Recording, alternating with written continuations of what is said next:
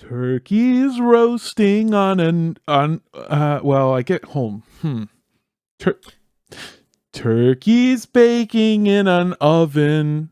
Is there a Thanksgiving song? Do they There's have one? There's not a Thanksgiving song, guys. What are you talking about? It's Turkey Lurkey time. What are you, what is amateurs? That? What are you, hourly? Turkey Lurkey time. What is Turkey Lurkey time? Bro. Turkey Lurkey time. That's like something they would name like a peeping Tom in like in the South. You guys don't know It's Turkey Lurkey Time by Bjork Lee, Donna McKinney, and Margot Sappington from 1968. They performed it at the 1969 Tony Awards. And also on the Ed Sullivan Show. All right, first of all, this award's just from Tony. That's stupid. Get a real name like Grammys or Oscar. Oh, fuck. Secondly,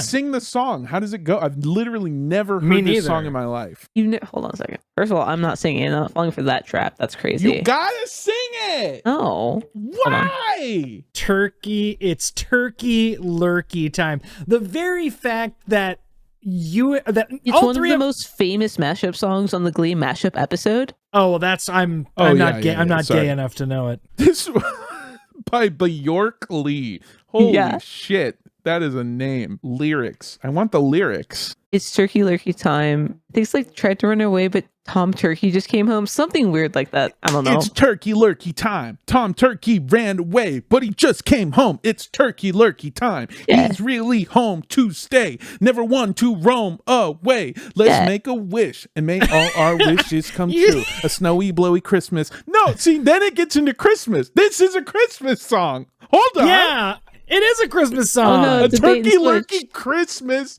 That's to you. Insane. That's insane. We're because is it because it's on Thanksgiving and the next step after Thanksgiving is then exactly 30 days later Christmas? Is that what that is? Griff, I'm not doing a bit. One of the lyrics to this song is it's a Turkey Lurkey Christmas, a loosey goosey Christmas. This is insane. a Christmas song.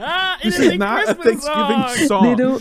They don't have that in the Glee mashup of that and Let's Have a Kiki. It's mostly just Let's Have a Kiki.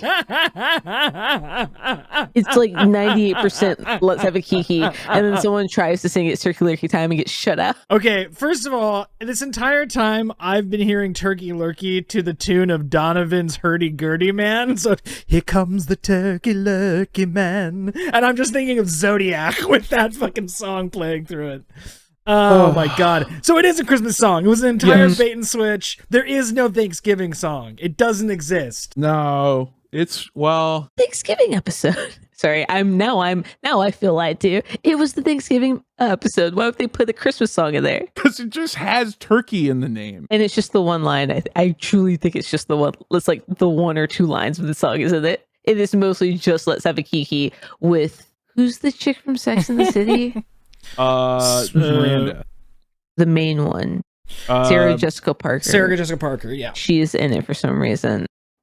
I cannot tell you here's the thing. Cannot tell you what the plot of that episode was. It was god awful. It's so funny that they took that line for the Thanksgiving episode when, again, I'm not doing a bit. 85% of the other lyrics are about how it's a Christmas song. If there's a Thanksgiving, here's the Thanksgiving song. And it's about the Native Americans. Like, they fed us, they clothed us, they gave us a place to stay. We gave them poison blankets and took their land away. Hey! Folks, there we go. A real Thanksgiving song. Yeah. I've never thought about it before, and honest to God, I wasn't planning on doing this as a bit. I thought that I was just going to sing this and then we'd talk about Thanksgiving. But like, we need a Thanksgiving song. We need something to play. We need something to start playing before Halloween. Because the moment Halloween is over, you start playing Christmas music. Right. So I need something that what happens in September? The moment 9/11 is over, then we start playing the Thanksgiving music. No, the moment 9/11 is over, you start playing We Are Charlie Kirk. What are you talking about? I haven't heard this song. What the fuck is that? You've never... Can you sing it to me? It's made by AI. Of course it is. It's been charting on Apple, and it's been charting.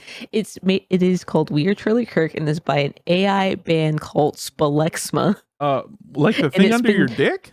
And it's been trending on the Christian charts since it came out. I I'm also I'm completely dead internet theory pilled also on music and stuff. Like I feel like that it's AI bots making music for AI listeners. I don't believe I don't believe any of those are actually organic listens. 100%. Well, I think the charts are completely manipulated. I don't think they exist. They definitely are. There was the whole thing recently with what's his name? Young Thug. Young Thug was like asking his friend if he could get the same bots that Gunna got for his song, and like that came out. Like that was leaked messages where they're just talking about it. So Kevin, bro, J. Cole said it in fucking 21 Savage's song a lot. How many faking they streams getting they plays from machines? A lot. Yeah. A lot. Okay, so I looked up. Whoa, wait, hold on. I didn't read the rest of this song. How many girls shaking ass have a very turkey lurky Christmas? What the fuck? Is 21 Savages a lot featuring J. Cole a Christmas song? No, it's the Thanksgiving song. It just features the word Christmas. How many looking to get stuffed? A lot. Oh no, now we have to write the song. Something yams. I don't know. So I googled Thanksgiving songs, and the first result came up as a Reddit post from a year ago, and the top comment is Alice's Restaurant Massacre by Arlo Guthrie has become a Thanksgiving staple. I don't. There's Macy's Day Parade by Green Day. Fucking, oh my God. And then for the top 20 songs about Thanksgiving, the first song is Johnny Cash, Thanksgiving Prayer. Number 2 is Mary Chapin Carpenter, Thanksgiving Song. And then every song about that, or every song after that, is just a random song that is not about Thanksgiving. Okay. We Are Family by Sister Sledge. Sure. Uh-huh. Wait. I got all my sisters with me. We are family. Yeah. I've got all my turkeys with me. Turkeys? Yeah, no, I got it. Yeah, it writes itself. Because no respectable artist would. Now listen, we have stumbled upon an interesting theory, which so there is no Thanksgiving song. Why do you think there's no there's no Thanksgiving song? What is the reason behind this? I think if you're looking for real answers, I think it's as simple as Thanksgiving is already when the Christmas music starts. So it would get hit out. Thanksgiving's fucked because it's it's fucked for a lot of reasons historically, but it's fucked in this specific reason because there's Halloween, which has its own vibe. Like it's the Monster Mash is what you're doing. It's scary Halloween. It's scary. It's man screaming number 5 on repeat. Oh, I love that. Dude, when he goes, ah! Ah! On a Christmas day. Oh, fuck that too, huh? By the way, I apologize to everyone in my house and everyone listening. Your dog just burst through the door like it was raining. I was working in the lab when arose such a clatter. Wait, hold on a second. This is just the night before. No, don't worry. It was his wife with the Thanksgiving platter. We're back in. Yeah, I think Thanksgiving is just fucking caught between the Christmas carols and the spooky of Halloween, and you don't really get anything else. Okay. Sure. Well, if you think about it, I feel like Thanksgiving is like the best worst holiday. Okay. It's like we should just call it the Christmas pregame, because the whole preamble to Thanksgiving is there is no like veneer of like Christmas of like, oh well, there will be gifts and there will be merriment and there will be Christmas music. It's I gotta see my goddamn racist uncle again. Like that is everyone's Thanksgiving, because you invite the racist uncle to Thanksgiving but not Christmas. Like, and I also feel like Thanksgiving is just like you go to the house, you eat the food at 2 p.m. dinner for whatever reason. Ugh. And then the next day, everyone is just like, all right, it's Christmas time. Let's go punch each other for TVs that are only 15% off because we don't have real Black Fridays anymore because the economy bad. Yeah. God, one of the worst things to happen in my lifetime is the fact that by the time I became an adult with my own money to spend on stupid bullshit, the days of needing to push past people to get Black Friday deals was over. The internet ruined I spent my entire life fucking revving to go, looking at the TV, being like, "Oh, I'm gonna do that one day. I'm gonna kill a guy to get a PS2." Your mom's family specifically bred you over generations to make you able to get them through the crowd on Black Friday. And the day that you turned 18, they said Cyber Monday. Yeah, and I'm so fucking mad about it. I was like a fucking Black Friday pit bull chained up in the backyard, just ready to go the day that Michael Vick got arrested. It sucks. I hate this. You were summarily robbed of the chance to absolutely go fucking gravedigger mode and just plow through crowds of the throngs of people trying to get a flat screen, which, by the way, I think that also coincided with the fact that, like, at one time a TV was expensive. Yeah. Now they're one of the cheapest things you can fucking buy. It is the only thing that has gotten cheaper in my lifetime. Yeah. Is a fucking TV. The only thing. They've gotten bigger, cheaper, better. My mom has a TV that, like, we've had since we moved into that house. Like, I don't know, a while ago. Let's say like 2009 maybe. Yeah, during the housing crisis, 2009. Okay. Yeah, no, they took advantage of it. Don't worry about it. And I remember thinking, wow, this is the biggest TV that's ever existed in the entire world. Massive flat screen. And like now I live with my girlfriend and her insane movie theater screen that she brought into my home. And I go home now and I'm like, that's a 55-inch TV and it weighs 600 pounds. And it's a flat screen. It's a what was it before LCD? It was like the plasma? It's like a plasma, I think. And it weighs 1 billion pounds. I tried to move it to like plug in an HDMI, also only one HDMI port on it. Insane dinosaur. Like I almost dislocated my shoulder because I pulled it with like modern TV amount of grip, and it just like almost like took my arm away from me. It was fucking Listen, I picked it up using Vizio strength, not Philips strength. That's how you know I was like, fuck, I'm picking up a Philips plasma. God damn it. Damn, I thought this was a Westinghouse. Meanwhile, I'm just like in a puddle on the floor. Like my 32-inch TV that I had in college, I could probably use as a frisbee if I wanted to. Yeah. Yeah, there was also a point in time, it might have been the plasma screen ones, where also if you broke the TV screen, it was like, all right, we all have cancer, we all have to die now, and we knew it too. That was the other thing. It's not like a class action thing in the future. We knew it in the moment. Oh my god, weren't there light bulbs like that? What light bulb was was it fluorescent tubes for a while? Yeah, they were filled with mercury, like gaseous mercury. To, like, get out. Yeah.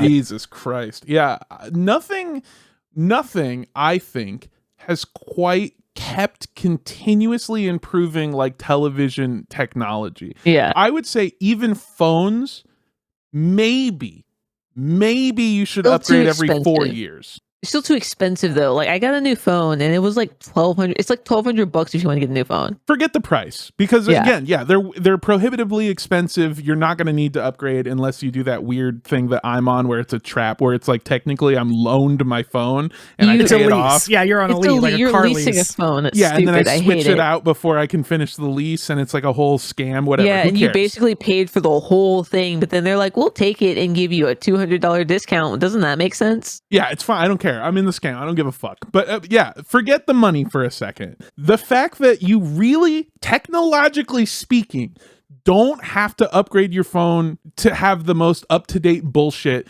except for like every 4 or 5 years. Like if I use a TV from last year right now, I'm like, this is bullshit. This is old and it's slow and it sucks and it looks like shit. Both this TV and the TV upstairs, because I've used newer TVs, I fucking hate them. I feel like a grandpa. But you know what's messed up?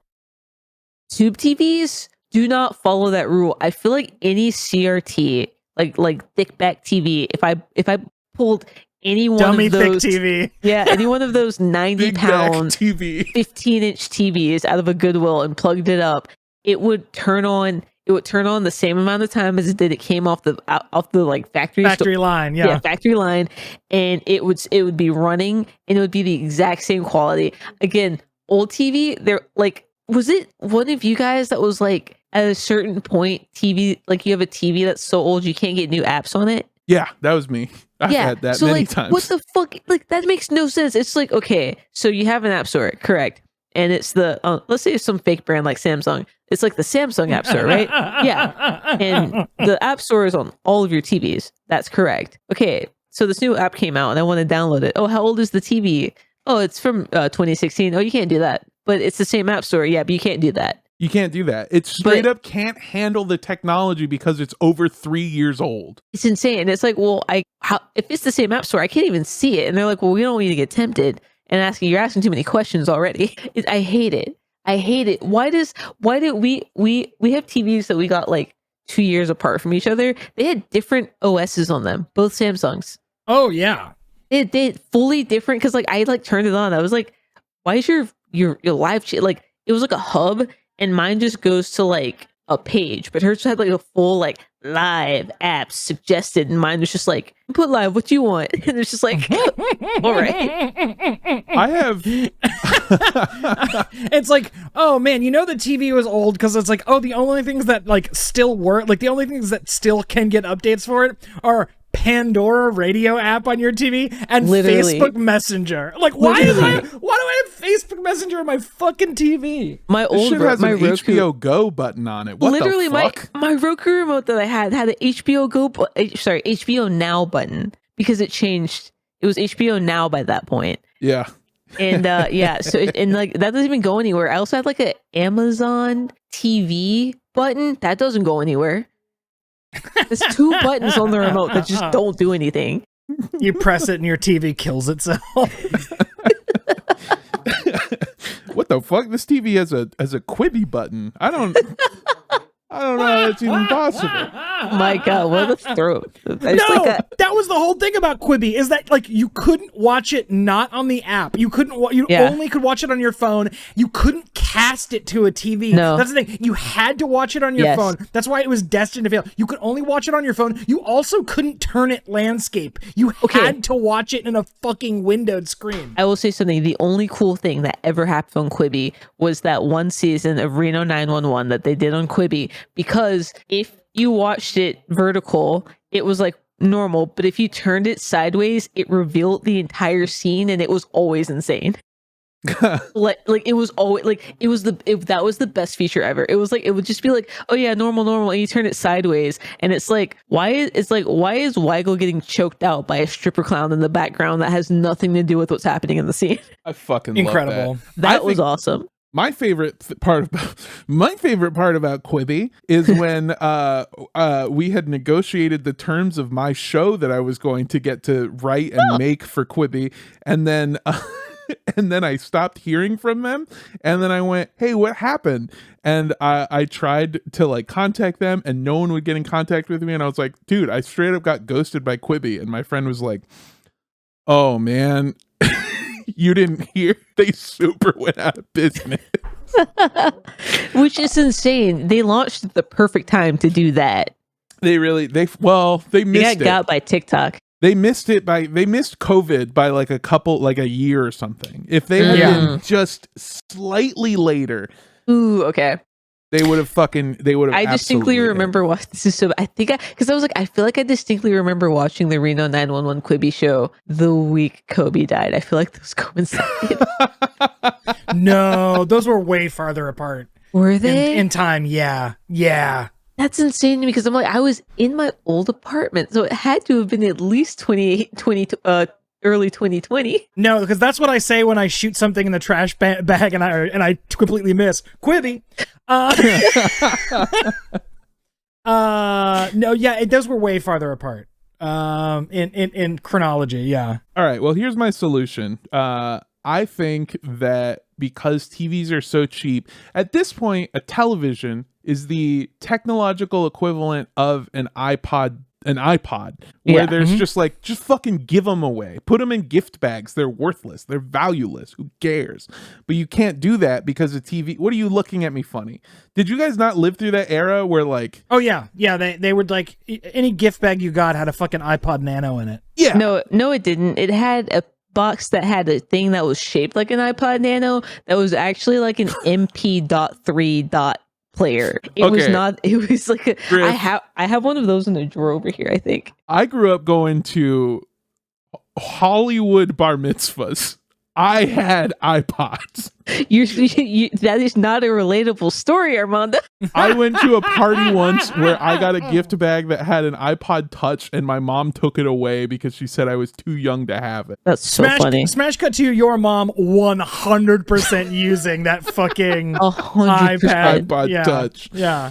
God damn. Anyway, all I was going to say is I think we should bring back Black Friday, but instead of like, get rid of the sales, get rid of the deals, get rid of all that stupid bullshit. We already understand that we can get a better deal online. It doesn't matter. What Black Friday should be is people like me showing up to fight each other to the death. And whoever lives the longest gets a new TV. That's it. That's what I'm asking for.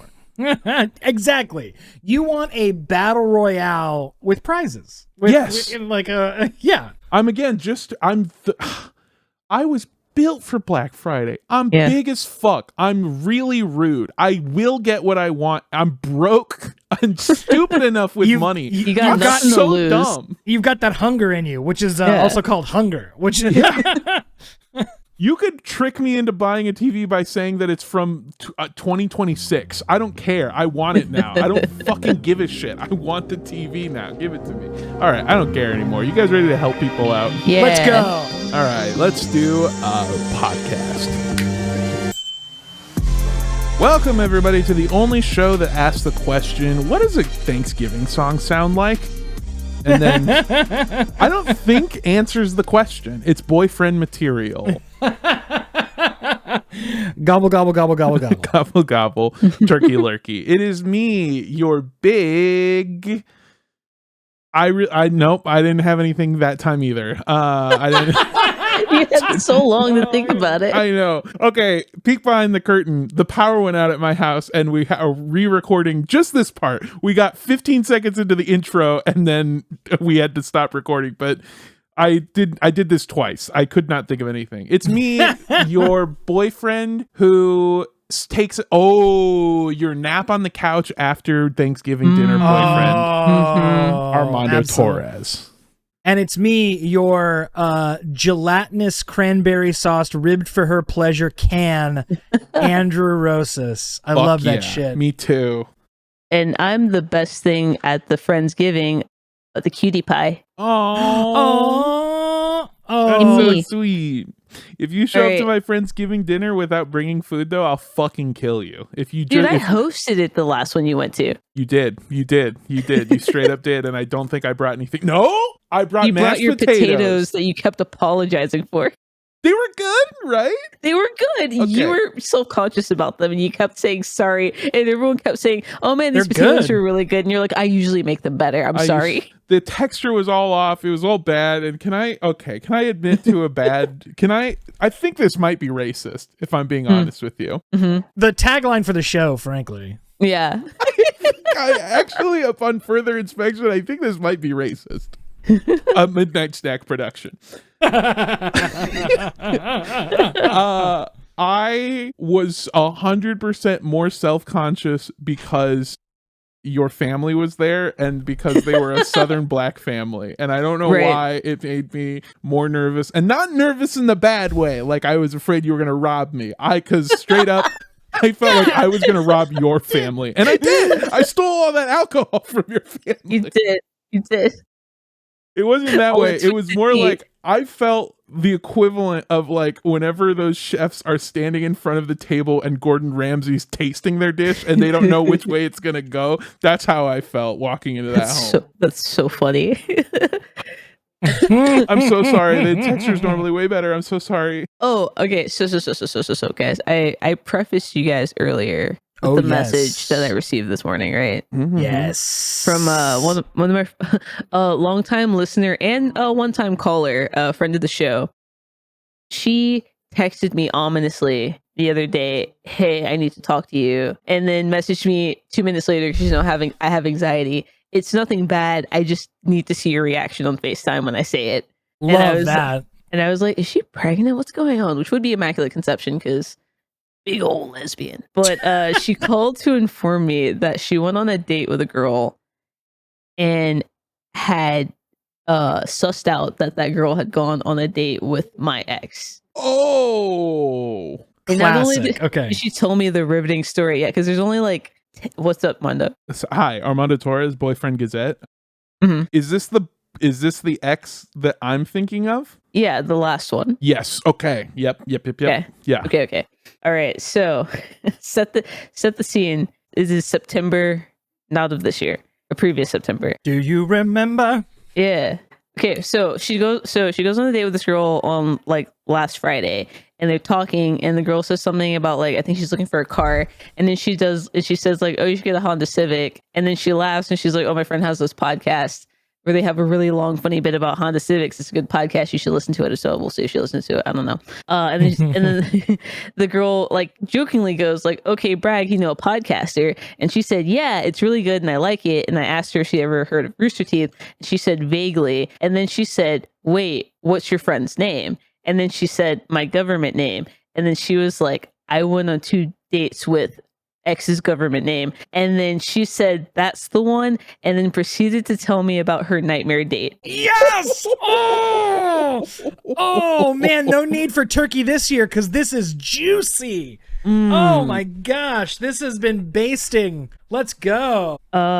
She said that they went on 2 dates, which they mutually ghosted after the second date. Love a mutual ghost. It's how we won the war. She said that she took her back. She took her back to the house because this is when we were living at the house together that one time before when we broke up. And she said there was an awkward kiss at the door that she didn't want to do, but did it because it was like the end of the night. And she said she was a terrible kisser.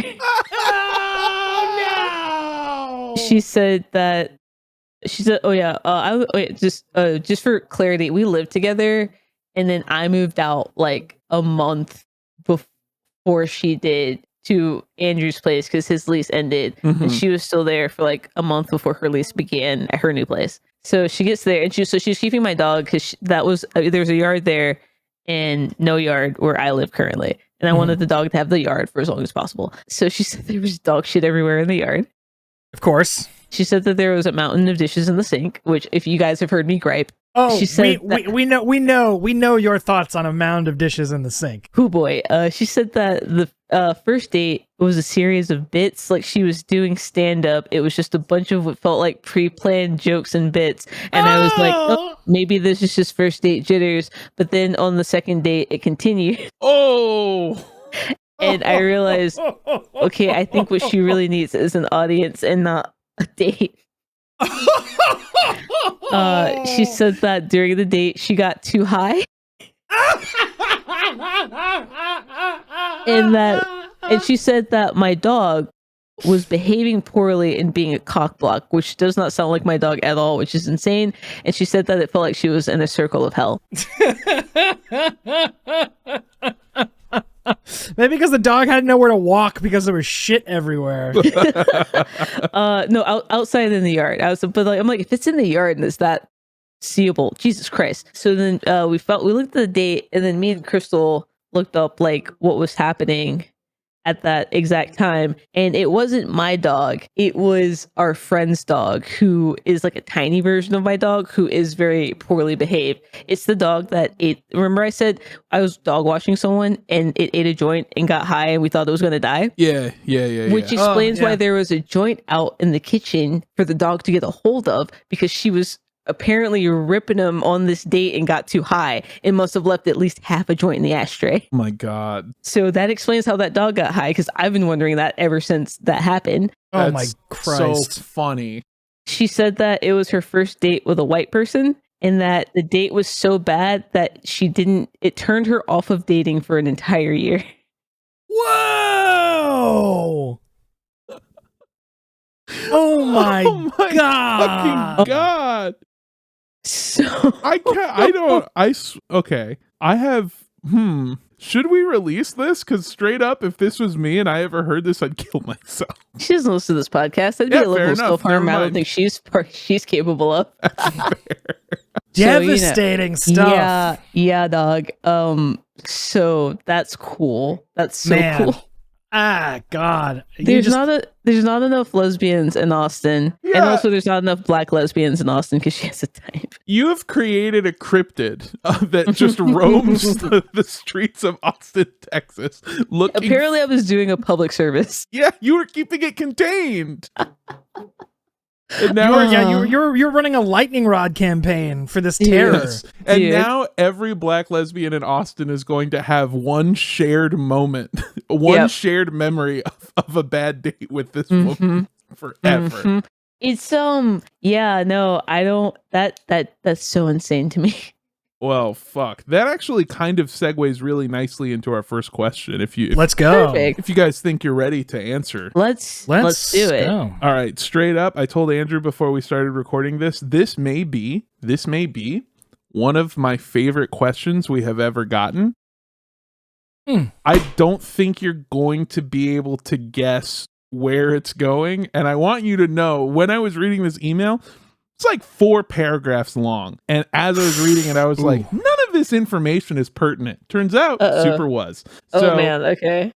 This is the shortened down version of it, and I love it, and I've hyped it up too much, so forget everything I said. Hi, boyfriends. I have not exactly a Thanksgiving question, but this happened around Thanksgiving, so I figured it counts. About a month ago, I matched with a guy on Hinge. Vibes are immaculate. The chemistry is incredible. So much so that I invited him to a Friendsgiving dinner that my bestie was hosting, and we decided that it would be easier for him to drive us there. Now, normally, we meet at our date spots or we Uber because drinking, and one time I picked him up in my car. I mention this only because I've never actually seen his car before.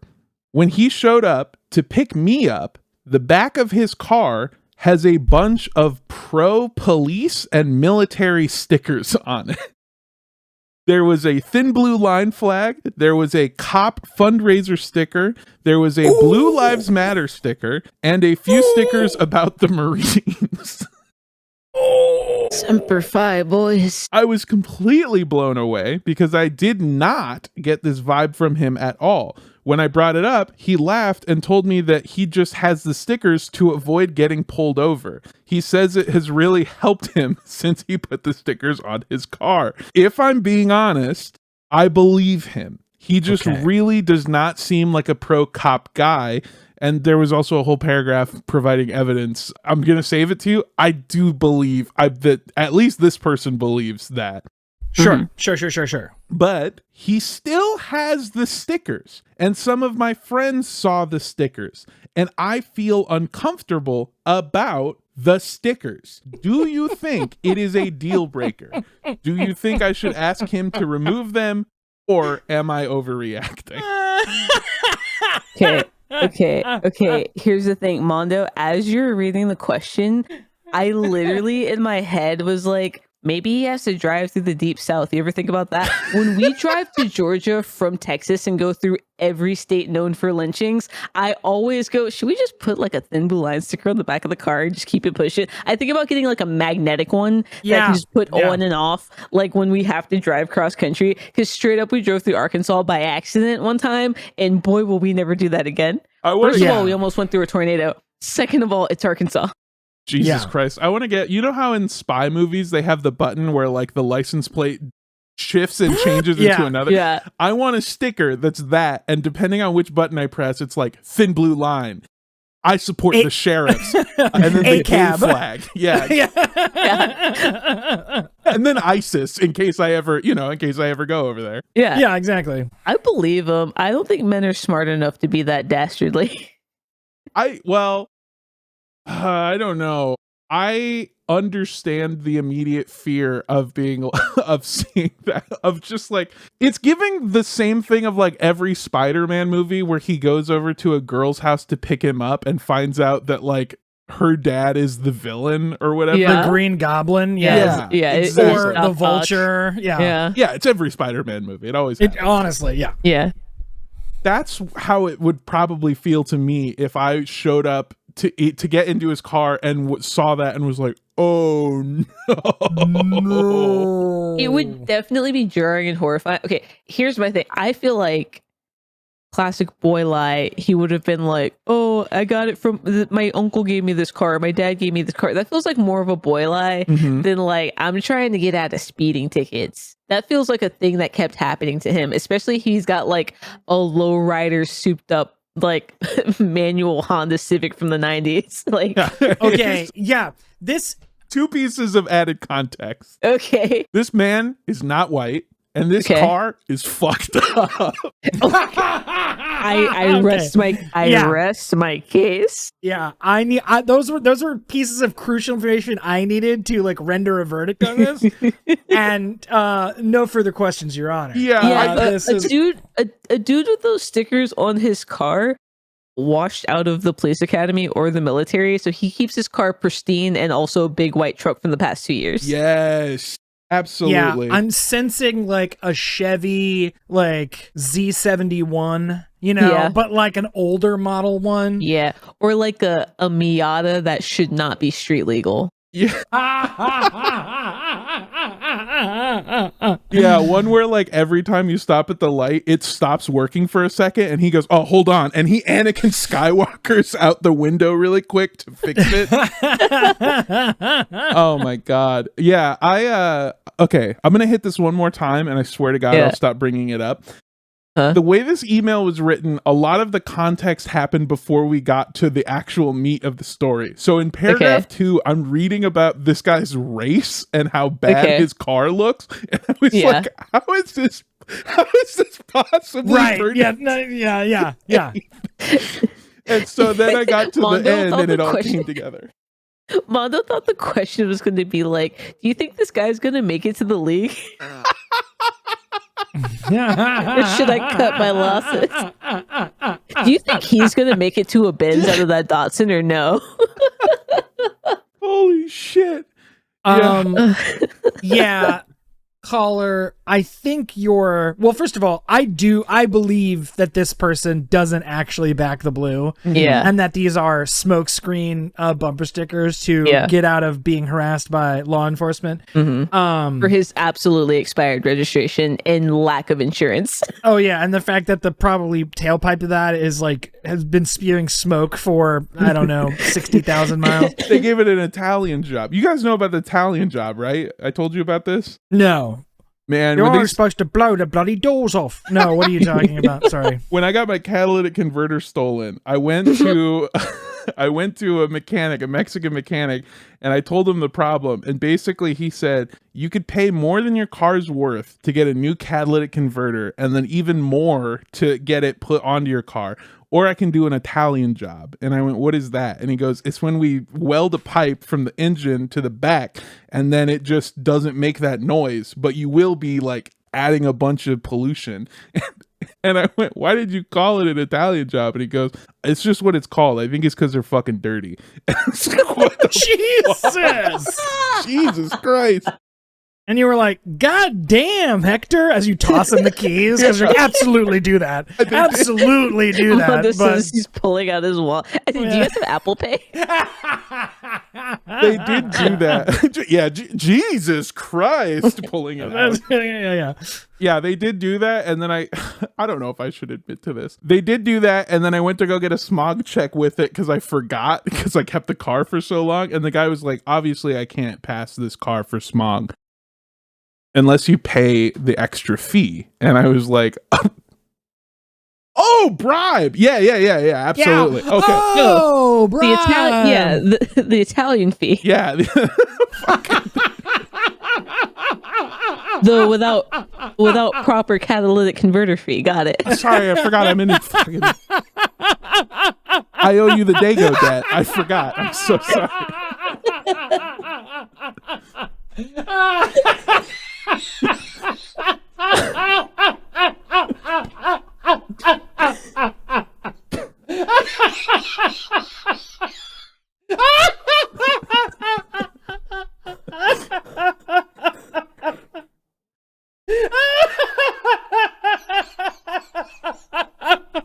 You know the Irish emitted smog too.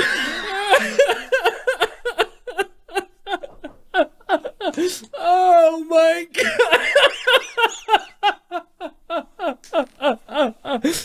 Oh god. But without proper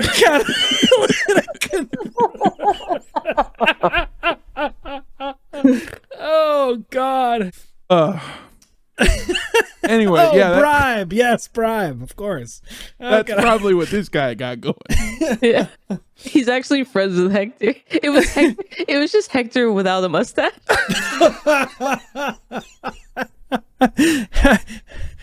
Oh, Hector no mustache, just fucking bandana around the bandana handkerchief around the neck. Yeah. I didn't realize you could just bribe somebody for a smog check, dude. I didn't know how any of this works. So all this is to say, here's the thing though, because what you're really concerned is the optics. You're concerned about the optics of the fact that it's like, yeah, this guy that I'm seeing, looks like he enjoys American History X a little too much. Yeah. He looks like he got the tamale lady deported. He's not. Yeah. Not passing the vibe check. He looks like he'd invent something called the Italian job. Yeah, he looks like the ice in his phone is not his emergency contact.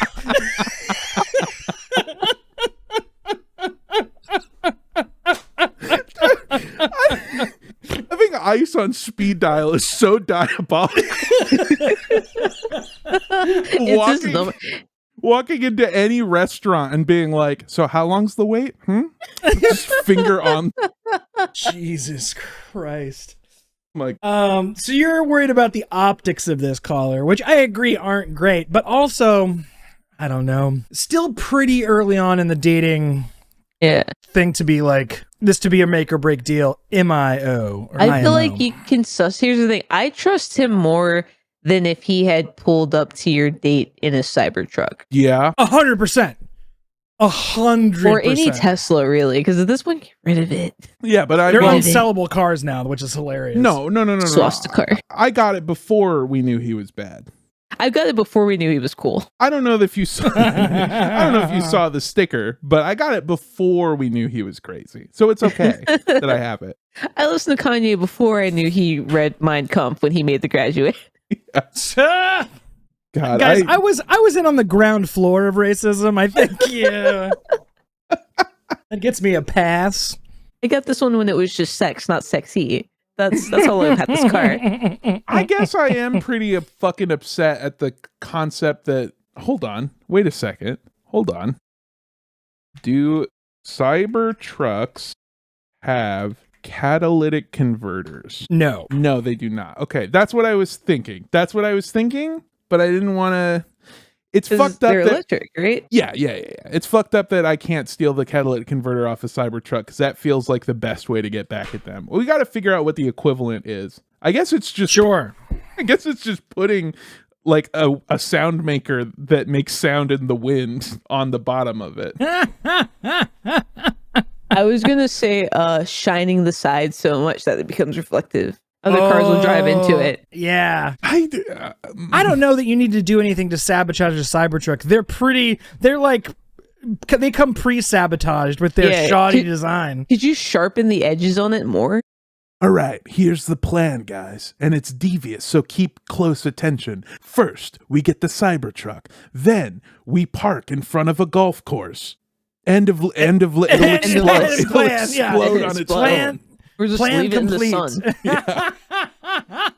sun. We'll wait for it to rain and the glue on the fucking top of it to disintegrate. Austin, Texas probably has the most amount of Cybertrucks per capita of the entire planet. And every time it rains here, because you know when it rains, it just rains for 2 weeks nonstop, and then we don't get rain for the rest of every time I see a Cybertruck in it, I get so happy. I just think about how miserable that person must be, how white knuckling they must be in that car, praying that they make it home. Oh my god, I can't even imagine. Well, because like, one, I don't know how they get a fucking like windshield wiper that big to swipe across that big fucking windshield. I don't even know how it works on a technical level, but I'm sure it doesn't. And yeah, I'm sure it doesn't. I forgot about this. I need to go over and check on the Cybertruck owner like message forums, like the Cybertruck owner support group message forums, because even like 2 years ago, that was a bunch of people, like half the people in there were like slobbing Elon's knob and saying that it was the perfect truck despite all its problems, and the other half of the people in those forums were like, well, I'm having my truck towed again today. I just paid $100,000 for it and I've driven it probably 15 minutes because everything keeps breaking. It's like it's not sad at all. These people are like world-class rubes, but I need to go check on it now. I regret to inform you, they're still a bunch of jerk-offs. I went to the Cybertruck subreddit, and the first post is just a Cybertruck with a bale of hay, a single bale of hay in the back of it that says round bale fits very nice. And then the second post is someone has put what I can only describe as those Govee bedroom gamer lights on the back of it, and to make it look like the world's shittiest DeLorean. And are making children trick or treat out of the frunk. No, that's fucked up and weird. So yeah, this guy could drive one of those. Yeah. And then the fifth post is an absolutely decimated Cybertruck covered in debris with multiple parts ripped off of it that just says the Black Walnut one. I think he was trying to tow a stump. Yes. I think he was trying to tow a stump. He tried to tow a stump out of the ground and it ripped the axle clean off the bottom of it. This thing is fucked up. You guys, we saw, was it in our group chat where there was that video of the Cybertruck that completed that weird ass fucking trail, but I sent that to you guys. Yeah, it turns out that they needed to like tow it through half of it because it like completely shut off and got fucked like immediately. It went through. No, it didn't get fucked immediately. It broke an axle and they had to get another axle brought to it, and then it broke the other axle, and that one's like not replaceable, and then it kept going, and then it was totaled, and then they had to get a Jeep to come in and tow it for the last half of it. So it made it to the other side technically, just like how like if you, I don't know, drowned in the ocean and they found your body and brought you back to shore, you made it from your trip. Yeah. Yeah, when I tried to swim the Atlantic, died a mile in, but then they carried my body to London. Yeah. Yeah. Fun fact, you just asked about the windshield wiper. Seventh post, is this wiper blade lined up right? And then it appears to just be one wiper blade that I don't fathom how it could possibly reach the passenger side. No, absolutely not. Okay. I know it's... You don't drive out of that side. I know it's obvious, like, don't buy a Tesla because, one, they fucking suck, but two, Elon fucking sucks ass and dick and balls and shit. But I knew that the Tesla cars were bad way long ago when I saw a TikTok video of this dude. His whole job is he's a car detailer. That's all he does. Mm-hmm. Like, people get sent, and then he makes the videos where he's like, I'm cleaning out the car. And he had a video, this was before everyone fucking hated Elon, and he was like, oh yeah, we got the Tesla, these things kind of suck, blah, blah, blah. And then people were like, whoa, what do you mean the Teslas suck? And he was like, here, let me show you. And then he would just point out, he's like, this isn't made right, this has too big of a gap, and if you think I'm exaggerating, like, this is how many of these cards I can fit in here, but then if I go over to this other side, you can only fit one card, and then over here it's like flush, so they clearly just did. And he's pointing out all these things, and it's like, this is taped on, this is glued on, there's no rivets, this is horse glue. Just years ago, a guy pointing at everything, a guy whose entire job is noticing the details on cars was like, yeah, I can't look at this car without seeing something completely fucked up and wrong. Yeah. Just like someone who spends time in cars all day just going like, ugh. Yeah, it's poorly built, it sucks, and it's a bad car.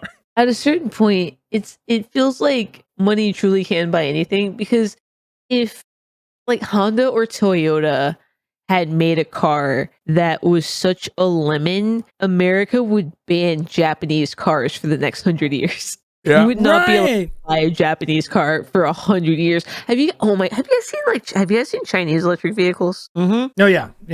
I've never wanted a car as bad as I have this one. Like, it's just a normal electric car that they had, because it was just a normal car with normal features that was like and you charge it once and you're good for like 3 weeks. And I was just like, this is this country's the ghetto, man. Nothing's good here. It's only good because you don't allow competition, and that's not good. That's not good. That's not innovation. It's not innovation if you show up at the science fair and then you lock all the doors so no one else can set up their stuff and you get first place. That's not winning.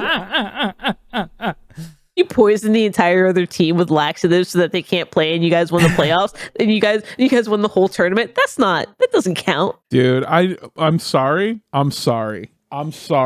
but I'm gonna do this. Mm-hmm. So I love baseball, the sport of baseball.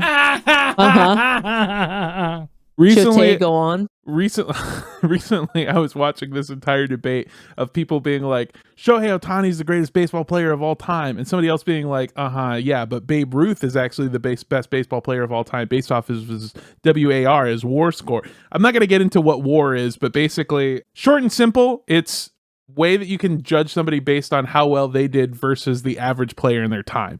And so people are saying Babe Ruth's is way bigger than Ohtani's, and like other people were like, yeah, but he was playing against plumbers and stuff, and it was like, sure, he was playing against plumbers and whatever, but he himself had this body type, blah blah blah. And then the entire debate ended because one guy just went, yeah, but he couldn't play against black people. I was about to say, I was like, did he go up against, what's his name? Jackie Robinson? Jackie Robinson, yeah. Against him, I would like to see what those numbers stack up to. Yeah, no, it's like, again, saying so-and-so is the best basketball player when they only allowed white people to play basketball. Yeah. Like, that's... Yeah, it's... and traveling was allowed. Babe Ruth, by the way, seems like a great guy, because he did play against black teams. He did love his black fans.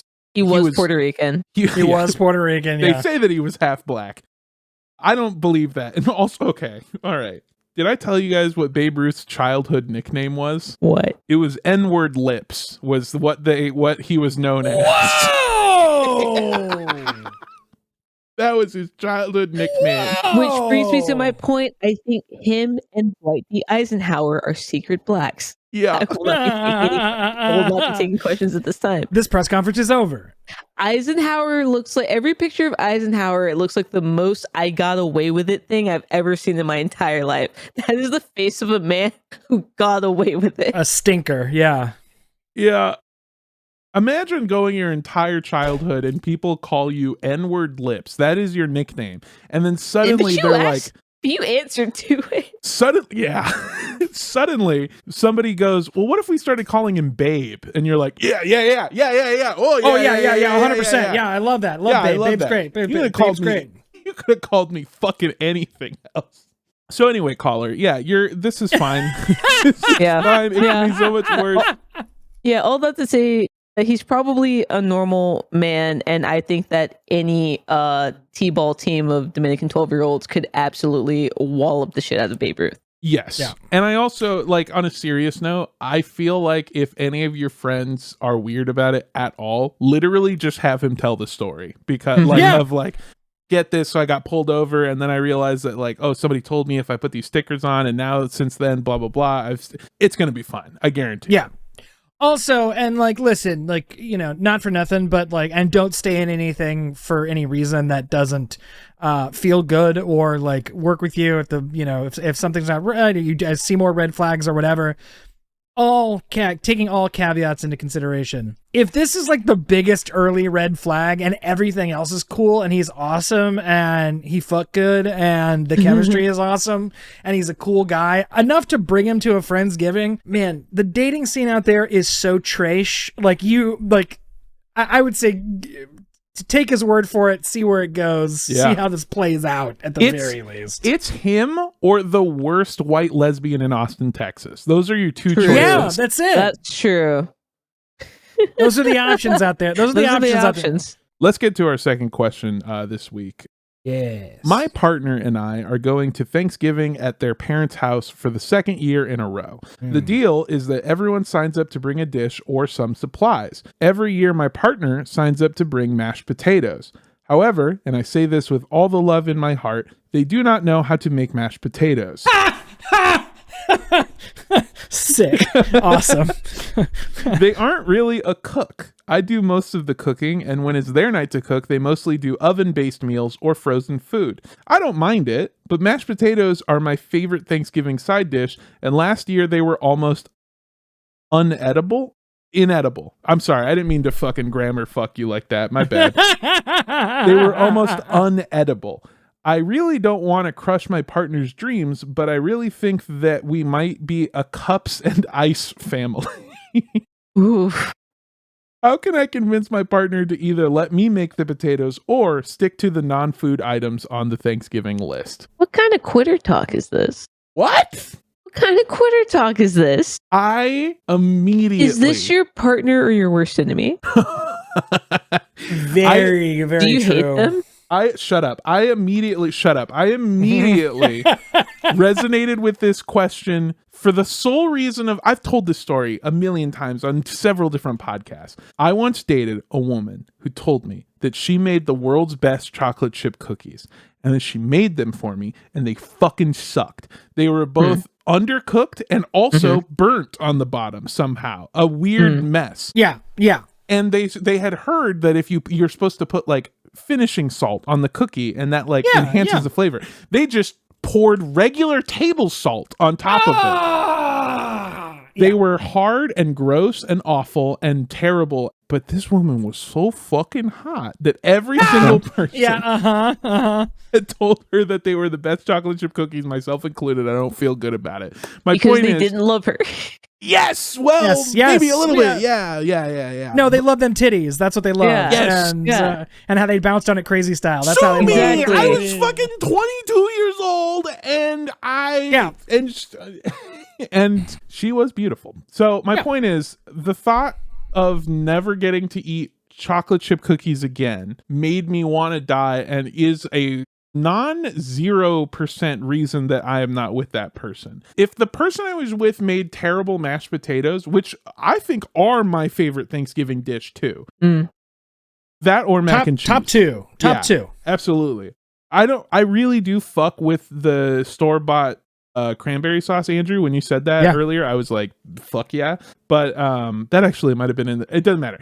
Point is, the thought of not getting good mashed potatoes on Thanksgiving made me want to die. And I related to that. And this person, I don't know. Fuck you is all I'm saying. I get it. I get it, caller. Okay, caller. I think Armando is 100% incorrect for this sole reason. Currently sitting in my fridge are three separate banana. For those listening at home, we both brought out guns to threaten each other. We're in a stalemate. We'll continue the conversation peacefully. Currently sitting in my fridge are three separate banana puddings, because banana pudding is my girlfriend's favorite dessert, and we recently found one at the store that is so good that we keep buying it, but we cannot afford to get it all the time because it is $6 for a tub like this big. Ooh. Like maybe 4 ounces of banana pudding. So I am currently working on recipes to recreate the taste and texture of that banana pudding so that I may make it for my girlfriend whenever she wants. And she's giving me honest feedback on how close it is to the one that we get from the store so that I can properly attune to it. So what I'm saying is, if you loved your partner, you would tell them it's bad, and then you guys would work together to fix the recipe. Correct. If you love them. You were treating them like they're going to push you down a flight of stairs if you criticize the food. To Armando's point, I don't care how big the titties are or how they bounce on the crazy style. Does it matter if you never get to have your favorite food at Thanksgiving be good ever again? Or worse, have your whole family drag them every single year when they bring the potatoes that nobody likes to the function? No. Can I add one complication that you maybe have failed to see? Okay. This is the second time that it has happened, which means that they already went through the whole first time and didn't say shit. So now they'd have to reveal it, and it has the added angry multiplier of, why didn't you tell me so long ago? Here's the thing. Here's your get out card. Here's your get out free card. Don't let them listen to this episode. Here's your get out of jail free card. When this happens, you say, honey, I love you, whatever you call them, babe, I love you. Here's the thing. When you made these the first time, they weren't good, and I assumed it was like a fluke or a mulligan, and I didn't want to say anything because I trusted that the next time you'd make them, they would be, like how you were describing them. But it seems to be that you've done this intentionally, and we need to talk about it. The Beyonce thing from from Flavor of Love. Someone lied to this girl and told her she was a beautiful woman.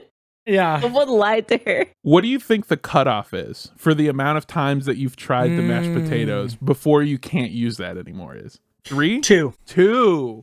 I was going to say on the 3rd time, you have to. That's the latest possible time. 1's an accident, 2's a coincidence, 3 is a pattern.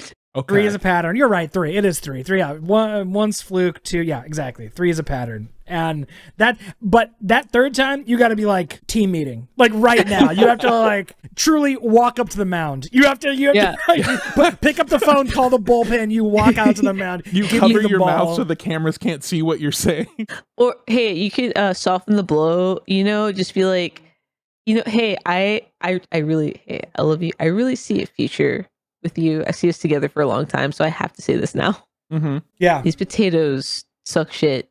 It's the only way I can think to describe they suck shit. This is how you phrase it.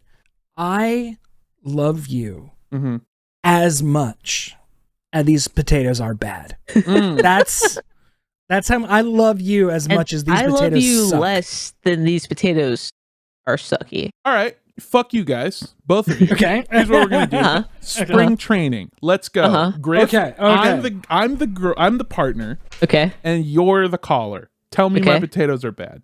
Hey, what are you doing? I'm making my famous mashed potatoes, the ones that you've had 4 times. Do you have your desk gun? Is it at the desk? It's at the desk. Okay, cool, cool. It's over there on the couch. And you still have had these potatoes how many times? You've had them 4 times. Because I've made them a couple times because you seem to love them so much when we went to the Thanksgiving. I love them so much. I love them so much. Yeah. Okay, so I have something to tell you. I have a tuber allergy. A what? A tuber allergy? I can't eat potatoes, tubers, anything of the like. Any root vegetables, really. No, you just go, the potatoes are bad. I told you I like them. You're so excited about them, but they were bad. And I didn't know how to tell you. And also, I kind of assumed it was a fluke because you said everyone else told you that the potatoes are good. And I was like, oh, maybe I just don't like rosemary. I don't know. But then you made them again and they were not good again. And I said, okay, well, 3rd time's the charm. And it wasn't. So I'm here to keep you from massacring this 5-pound bag of Yukon Golds that you have on the table. So you lied to me. You looked in my face and you told me my potatoes are good. And you didn't mean it. No. Well, since we're being honest with each other, that work trip that I took last month wasn't a work trip. That's right. I'm fucking Melissa. Oh, thank God. I thought it was Brandon. And scene. Yeah, I guess that'll work. Yeah, I think it'll work. Yeah, it's airtight. I'd be more mad if I found out years that like 5 years down the line. I would be much more upset. Yeah. No, again, that's what I'm saying. Like, it's that way more the 3rd embarrassing time. The more time goes. Wait, also, hold on a fucking minute here. Now, I'm assuming that this person isn't the one doling out things to make for Thanksgiving. So the family already had these dog shit mashed potatoes and assigned it to this person again? I think you pick it off the list. Oh, you pick it off the list. That's no. You got to get a matriarch in there to start like assigning shit. I was gonna say, do you have like a bitchy aunt that you can tell to bring the same dish? That always happens. There's always one aunt who's got to bring the same dish as someone else. I have just realized this. How do I say this? This is an incredibly white Thanksgiving problem to have. Sure, yeah. Because, well, I don't know actually how it exists in Black families, but I would assume that it's pretty similar to Hispanic and Latino families, where you kind of are you have to earn the job of doing certain dishes. And at a point that's why where I have 3 banana puddings in the fridge right now. Yeah. But it's like the time, like I remember I'm not doing a bit, during my childhood, my Tia Maria, it became her turn to make the mac and cheese. And one of the years that we were going, it was a big fucking thing where it was like, if this is sink or swim, if she doesn't land this, she's kind of fucked. Yeah. It's toast. Yeah. it has to get passed down. Yes. It's like how I've gotten the potato salad job because I made it the one time and it was great. So now that's my job. When I'm home for the holidays. Yeah, this whole fucking pick what you're gonna bring and then we just trust you to do it. That's Friendsgiving shit. That's not Thanksgiving shit. No. Thanksgiving is one matriarch of the family makes all of the meal, and then two lesser matriarchs bring in their specialty dish of choice. That's correct. Yes. Until one of them then ascends to the matriarch level, and then the cycle continues. Yeah. Yes. You get called up to the majors. Yeah. Bringing. That's how it is in my family. On my Mexican side of the family, less so, just because like in our Thanksgivings on that side of the family are crazy because like we don't do there's not a lot of traditional Thanksgiving food. It's essentially just like a big cookout. So it's like carne asada and like barbacoa and stuff like that. So like ideal. We had the same thing, but it was mixed in with like you would have Thanksgiving ham right next to tamales. Like you would just have tamales. Yeah, huge. Awesome. Yeah. I will honestly, say they ripped. Those Thanksgivings ripped, but that was just like abuelita and like the like grandparents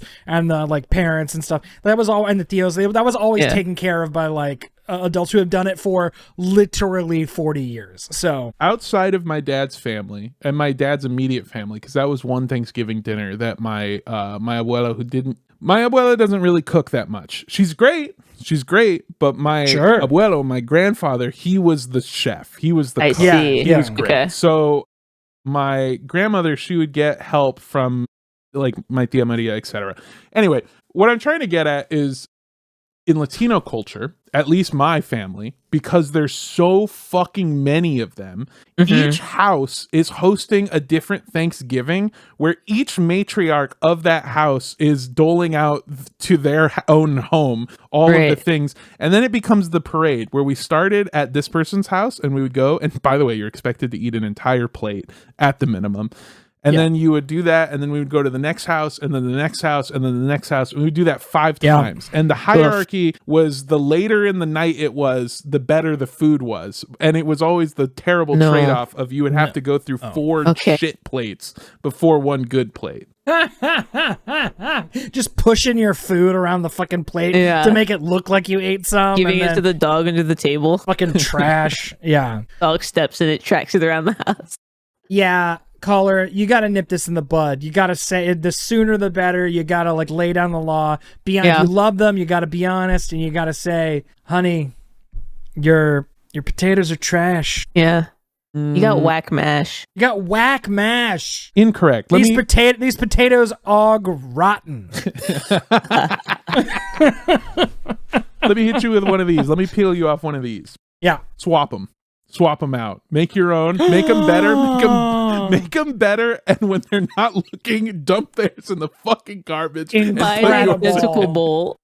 Yes, please resort to fucking 90s sitcom ass hijinks. Indiana Jones that shit. I'll put honey, I'll put him in the trunk of the car and then lift up where the spare tire should be. There's the new potatoes. Steaming, somehow steaming still. You huck the bowl of the other ones into the fucking car alarm goes off. Glass break, cat screech. Woman scream. Turkey Lurkey playing. Christmas song. I think that's what you do. I think you hit him with one of those. And then everyone's Jones it. And then here's the best part. And then in the event that they find out that you're lying, it's not just that they're going to find out that you were lying, but that you had a years-long scheme that you got continuously better at, where you made them look better than they were. So then you're not a liar. You're the ultimate angel. You're the team player. I think this is the way to go. I do too. Yeah, absolutely. I'm always pro hijinks, and this is top tier. Me and Armando have tied our bandanas together and are raising them up. We agree on this answer. Oh my God. All right. Well, thank you everybody so much for joining us for this Thanksgiving episode. And we hope that you have a wonderful Thanksgiving. And we hope that if you're outside of America, you have a wonderful Thursday. Yeah. Because I didn't realize that Thanksgiving is not a global holiday until embarrassingly late in the game. If you want to help support the show by, if you want to show your thanks, if you want to give thanks to us, the people that make this show, you can go to patreon.com/midnightsnacktv or www.bigoldcocksanddicks.com or patreon.com/midnightsnacktv. It's probably easier. Yeah. That'll help you. That'll give you the opportunity to give us money, which will help us. And yes. You do get stuff out of it. You get access to bonus content. You get access to the Discord, which honestly, that alone is so worth it. Yeah. So go ahead, go there. That'll help. If you can't financially support us, get your fucking money up, broke boy, bitch. No. If you can't support us financially, just tell people about the show. Like, Yeah. for example, if you're on a date with somebody and it's going well, just pitch them, oh, I have a friend that does a podcast. You should listen to it. It's called Boyfriend Material. And then the added bonus, you get to find out if you were fucking somebody that fucked one of us. Yeah. Absolutely. It could happen. It could Weirder happen. things have happened. Between It could happen. the three of us, pretty good odds. Honestly, yeah, and especially if that date is in Austin. I lived there for 21 years. Yeah. And if it's in Los So- Andrew Angeles, just ran through. I'm ran through, guys. yeah. There was a period of time in my life where I lived out of a car and just traveled the country. I got it all over, baby. Yeah, he's hoes in different area codes. Yeah. Calling my singular area code. I was gonna make a joke about there in 5 years there's gonna be some huge linebacker with the last name Torres that looks exactly similarly to Armando, but instead I was like, no, there's more likely just gonna be some real tall girl somewhere in the Midwest Oh, yeah. Yeah, who yeah, yeah. tans really well. Absolutely. Also, I mean, it could be one of mine, or it could be my grandfather who did the same thing also. And had like 6 families. Listen, Roman used to have secret long haul trucker families. Now they just have comedian kids. this wasn't even the white one. This was my abuelo, the cook. This was the one Yeah. who was going around America starting new families and sending money back home. Oh my God. Like a real man. Men would rather start a secret family 2 towns over than go to therapy. Truly. So yeah, tell people about the show. Give us a 5-star review. Post about it. Do whatever you want to do. Help get the word out. That also helps us a lot. If you want to find me, I'm on social media. I'm at Mando Does Stuff. Mando Does Stuff. All one word on Twitter, Twitch, Instagram, TikTok. All that fun stuff. If you live in Minnesota, if you live in Minneapolis, Minnesota, I will be performing on the 28th and the 29th at Sisyphus. I will be doing some shows there. I think it's called like Look Who's Home for the Holidays or something like that. I don't remember what it is, but it's my friend's show. It's really good. It's all of the funniest and best comics who are from Minneapolis who came back for the holidays, and also me and I'm there too. And also Mando. I'll be there on the 26th, which is a Wednesday, this Wednesday. I guess tomorrow I'll also be doing a show at Sisyphus with my friend Sam. It's an advice show, so I'm scabbing. Wow. You cheating whore. I'm scabbing. Oh my gosh. He's doing this is his secret family in a different state. I'm going to make jokes that look spookily like our jokes, but different. And then on the 5th, on December 5th, I will be doing a Don't Tell comedy show. That I will probably have a link for in my bio because I don't know where it is. And neither will you until the night of the show. That's kind of the appeal. Those are all fun. Come see me. Come hang out. Let's fucking hang out. I just realized that we won't be able to drink together because I can't do that anymore, but I will be smoking something. I won't What tell that you what. is? Yep, we'll tell you what. I won't tell you what. But it's crack. All right. Andrew, where can people find you? Folks, find me on Instagram at andrewrosas.ig or my art account, andrewrosas. art. And if you would like to, I don't know, buy some art that's already been painted by me, you can go to my website, which is andrewrosas.square.site. That is my store. My art store. I got some paintings up there. Also, my commissions are opening. My painting commissions are opening again after Thanksgiving. I've already got some people who reached out. So I think I've got only a couple more spots for commissions. If you want something before Christmas, because that's the idea, is to get like a handful out. If you want a little portrait of a pet or something for Christmas, that's coming up right after Thanksgiving. And then also check out Dropout this season of Make Some Noise, which I wrote for. I'll keep plugging it for the next couple weeks while episodes are rolling out. Watch the season. It's fantastic. Very proud of it. Good stuff. Dropout TV. Check it out. Griff, what about you? I am the _ indoor kid on all platforms that allow an _, and if it doesn't, just take it out. That's probably me, except for on this new game I started playing called King Shot, which is a phone mobile game where I am simply Griff. Come find me. We can fight. I am still streaming with my girlfriends. Whoa. On my girlfriend's Twitch. Whoa. I'm still streaming with my girlfriend on her Twitch, which is twitch.tv/blackcrystal with a K and an E, and you can figure out where they go. I'm not going to tell you. And we've added Mondays now for multiplayer stuff. Last week we played Call of Duty Zombies.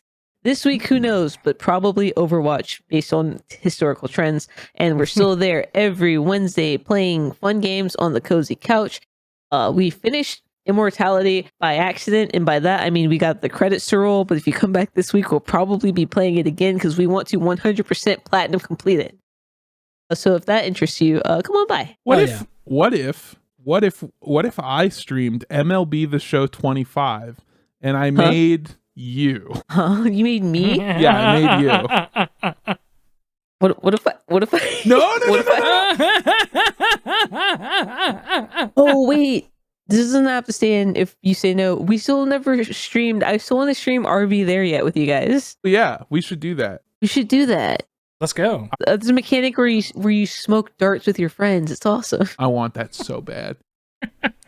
And hey, do you have a question for us? Do you want to ask us something? Especially anything related to the holidays. Hey, the holidays are coming up. They're going to come up. They're going to get here. Then you can send it to midnightsnackcontact@gmail.com. You can also send us a DM. You can also send the Midnight Snack account, which is at midnightsnack.tv on Instagram, a DM with your question. That's a lot of places that you can go. I've gotten complaints that we don't make it easier to know where to do it. That's how it is. It's the email, midnightsnackcontact@gmail.com. And also, it's not hard. People send us emails literally every day. Anyway, I'm sorry. I'm getting too mad about it. I guess for now, we'll see you next week. Yes. Yeah. And we're thankful. For you. Fuck. Damn it. Yeah, that one. That one. Use that one. Bye-bye. Bye. Wait, no, make turkey noises. Make turkey noises. Make turkey noises.